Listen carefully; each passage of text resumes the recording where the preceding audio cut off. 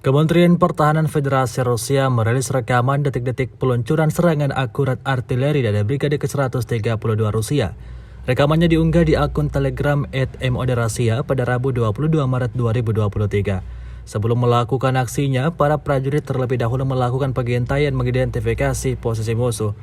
Perhitungan senjata self-propelled 21 Gvostika dari Brigade ke-132 Korps Angkatan Darat Donetsk K1 mengenai posisi militan Ukraina dengan tembakan akurat, dikoreksi dengan bantuan pesawat tak berawak.